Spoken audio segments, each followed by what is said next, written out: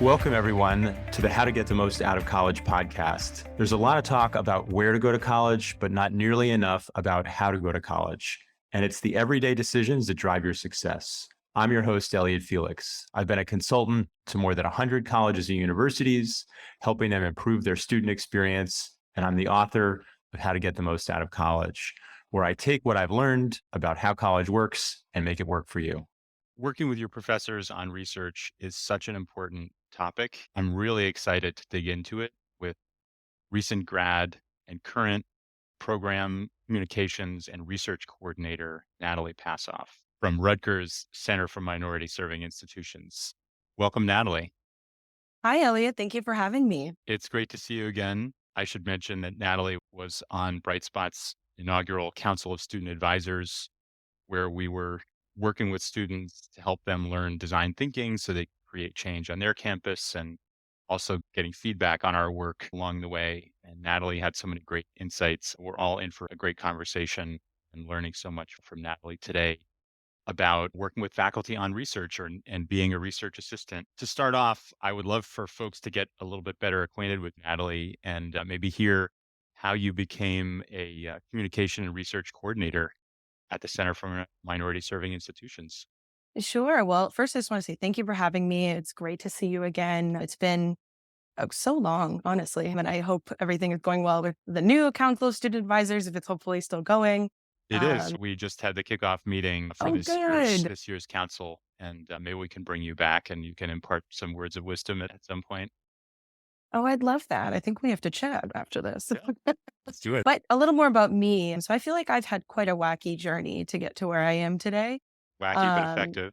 Yeah. Definitely. So in undergrad, I went to the University of Massachusetts Amherst, and I was a women and gender studies major and a communications major. And I've always had this activist kind of mindset. And I've always been particularly passionate about education reform. And so I always wanted to tie together my work in communications and my work in this idea of education reform and politics and all that. And so I had always kind of wondered what it is that I would do. And I always liked research, but it was never one of my, first and foremost interests. I've had quite a few different career ideas in my time. And so it wasn't until actually COVID hit that it all solidified for me. So summer of 2020, I was going to study abroad.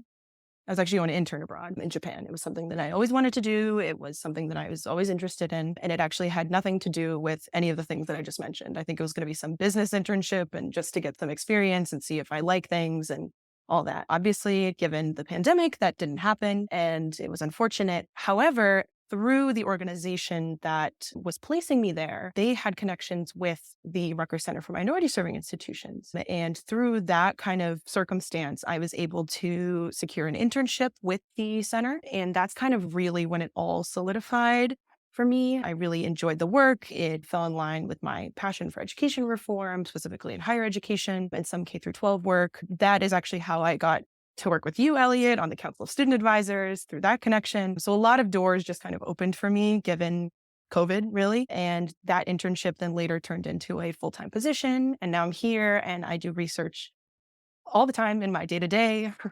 I do a ton of research with a faculty member actually as part of the center. So I'm really excited to talk about some other ways that kind of kickstarted for me in my undergrad journey. It's such a great story and such a great journey. And it doesn't sound too wacky to me. It sounds like you're right where you meant to be. I think it's also such a great lesson about the value of these internships. And I know part of the internship is what led to assisting on research. I would love to hear your story about being a research assistant and really dig into what it was like and what a day in the life of a research assistant is like. You know, Mhm. it's more than getting coffee for people. People have this idea that you're doing the scut work or you're getting coffee and it's all the kind of downsides of an internship. But you know, and I know it can be quite filling and substantive. So what were you digging into? Yeah, certainly was not scout work. It was actually very fulfilling. And this was a more like non-traditional research assistantship. So essentially what we were doing was a professor had reached out to me, and I'll get into kind of the origins of all that, but how that actually came to be, but they're a critical media literacy scholar. And I had already taken some courses with them, and they reached out to me. They were working with the College of Education at my institution, and they were writing this open source high school social studies textbook. And the idea was, of course, in addition to the literacy standards that were outlined by the state, they wanted to code media literacy pathways into the book. And so we were tasked with exactly that. And so to kind of backtrack a little bit, once I kind of realized that research was something that I was interested in, I really enjoyed this one class that I had with this professor, Allison Butler, who I realized was a expert in this field and did a lot of critical media literacy work. And I really enjoyed that topic. I really enjoyed her class. I really liked her style of instruction, and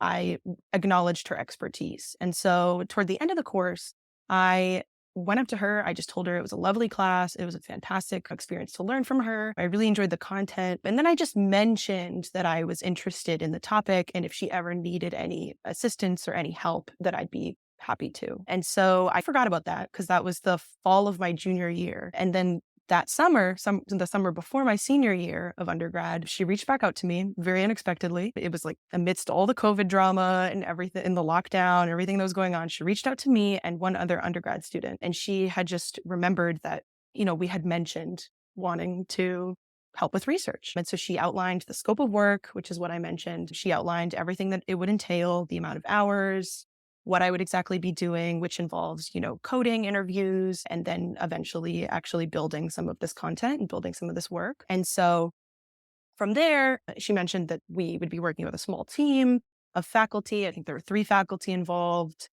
5 grad students, and then 2 undergrads. So it was a really small, close-knit team. And I valued the experience a lot. It was a really cool experience to get to do the research work, get to learn more about the ins and outs of qualitative research, and also this kind of non-traditional kind of content creation aspect of the project. And, I learned a lot more about K through 12 education standards, how that all transpired. I did build community in this really bizarre time. That was another nice plus. I was able to work with a ton of different types of people with different perspectives. I had never really encountered grad students in that capacity before, so that was really nice. And I ultimately got to know my professor better, which turned out to be for the better because she has since written several letters of recommendation for me. I have written testimonies for her. So it's been a really nice symbiotic relationship. And it was like a really great way, in addition to my other internships and my other research opportunities, to grow my research portfolio. And the book actually ended up winning a couple of awards. So another cool thing to add to my resume. That is great. I love how it starts off with you actually approaching the faculty member and planting the seed at the end of the class. You never know where these things are going to lead. I love that then it just comes back around a year later. And I also think that you mentioned a number of things that students, others can use as a checklist of the key questions you're trying to get answered as a research assistant. What are the tasks? What are the hours that are expected? What is this in service of? Who's the team that I'm working with? Mhm. That's a really good way to get into like the nitty gritty. And I love the benefits of there's community, there's the recommendations, there's the application, there's your own research portfolio. Fantastic. And some awards along the way. How else should students or can students get involved? You offered one path, which is the approach them and plant the seed. What are some other ways? Yeah, I do think that planting the seed is one of the most effective methods. If you participate in a class and then build that rapport a bit more, then it's a no-brainer. They will immediately think of you, especially if you're a good student and, excel in the course. And even if not, if you're just show an interest, that is something that typically provides a really good catalyst. But I think some other things that I actually didn't know about in undergrad, but now that I work in higher ed, I know that these things are available. I know that, for instance, my undergrad institution, I think most R1 and R2 institutions will have this kind of thing. There typically is an office of research that is at the institution. There should be a center, some sort of office that can coordinate the research opportunities that faculty can share with the office. And then they can typically have a bulletin or something that students can see and kind of see what they're interested in and get involved that way. I know that there are other resources. I had a peer in undergrad that I think mentioned it to her advisor. And the advisor was able to find some pathways to connect folks. So there are certainly different ways to get involved, but I think just really seeing what your institution has to offer in terms of research centers. There's a ton of research centers in almost every single school. If you have the School of Education, there's probably a research center. There's a School of, I don't know, social and behavioral science. There's probably something there too. I think the best way is just to kind of peruse their websites, see what's available, get in contact with a faculty member, and just, plant the seed. That's great. So in addition to approaching your own professors, check in with your advisor, and go to the Office of Research. And sometimes these are called UROP or Graduate Research Opportunities programs. And often these offices will have some kind of showcase event where they're showing off past projects. And I also love just getting online and looking at the different research centers at your college or university, finding a topic that you're passionate about and taking from there. What do you think were the key skills that helped you as a research assistant? And maybe what were some of the ones you learned by doing it? What did you come in with and what did you leave with? I definitely came in with passion and motivation. I think that is something that people sometimes forget about, is having some sort of interest in the topic, because that will ultimately guide your fulfillment level out of what you're getting. Because all these research assistantships, as much as they're designed to help the professor, they're also more designed to help you. And it really is framing yourself and thinking about, what do I want to get out of it, right? What do I want to learn from this? And I think that is ultimately what will guide and steer the assistantship into what it is that you want to get out of it, right? So, I mean, some more like tangible skills, being organized, I think is incredibly vital and important. I think staying on top of your work, staying on top of any timesheets that you might need to fill out if you are getting a stipend, because if those things fall through the cracks, not only does it reflect a bit poorly on you, but it can reflect poorly on your faculty member that you're working with. So you want to ultimately get those letters of recommendation. You want to have a good standing with them. And those are some of the ways that you can keep that going, and not just the passion, but staying organized and staying on top of your work too. I think something that challenged me a bit was, I did consider myself a creative person, but I think once you get into it, the professors, the faculty members, they want to learn just as much from you as you're learning from them. So they will often challenge you and ask you to think more critically about what it is the work that we're doing, what could be improved, and those kinds of things, because they ultimately want their research to be tangible and accessible to all audiences, including, undergraduate students. So oftentimes they will pick your brain a bit more than I certainly expected. I wasn't in a place of, oh, I'm actually doing, the heavy lifting, the big brain work. I thought I was just going to be like coding or getting people Yeah. coffee or whatever, right? A lot of it really is, they value your input and they want you to contribute heavily to the project. So definitely getting creative with certain things and coming into it with an open and critical mind.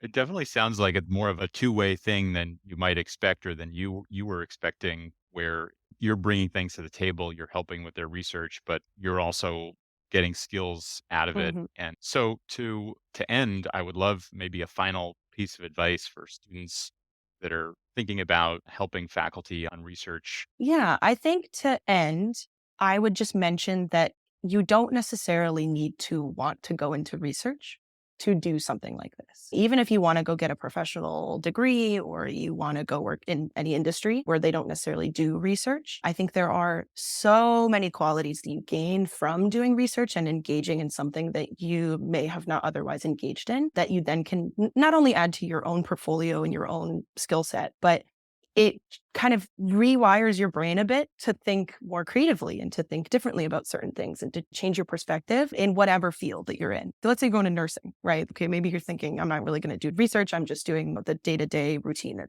was outlined for me and it's practical. But even in those situations, there are things that you can get from doing research that you can then apply in those situations. Plus, maybe down the line, you might want to track certain things, have certain analytics. There are plenty of professions that do conduct research as part of their work. And those kinds of like routine research Yeah. aspects can absolutely play a big part into it. I think it's a great point and a great way to end because it is an experience that's broadly applicable to so many different fields and professions. And you're learning to be creative, you're learning to be organized, you're learning new software, you're building new skills, you're Mhm. part of a community, you're working on a team. I really appreciate your time today sharing your story. Thank you, Elliot. It was lovely to be here. Thanks everyone for listening. Remember to subscribe, rate, and review us wherever you get your podcasts. And check out elliottfelix.com for all the episodes and the articles I've written, talks I've given, and more information about the book.